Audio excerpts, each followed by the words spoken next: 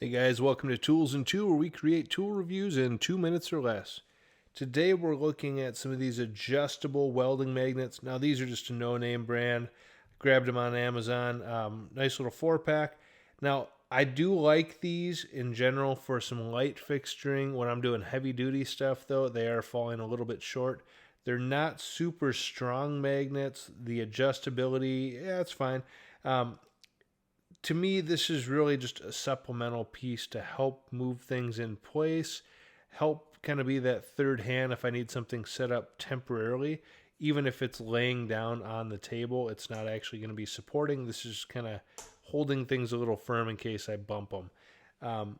Overall, for the price, these are about $20 for a set of four. It's worth having them around. They're going to be handy at some point.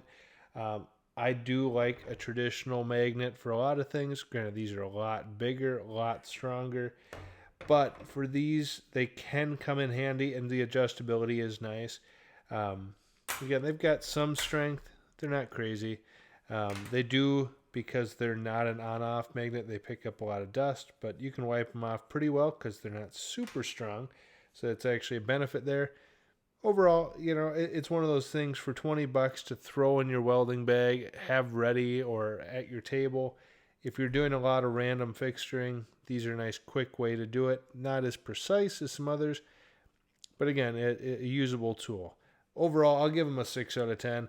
I don't love how weak the magnets are and just the overall feel, but again, a usable piece as you need it.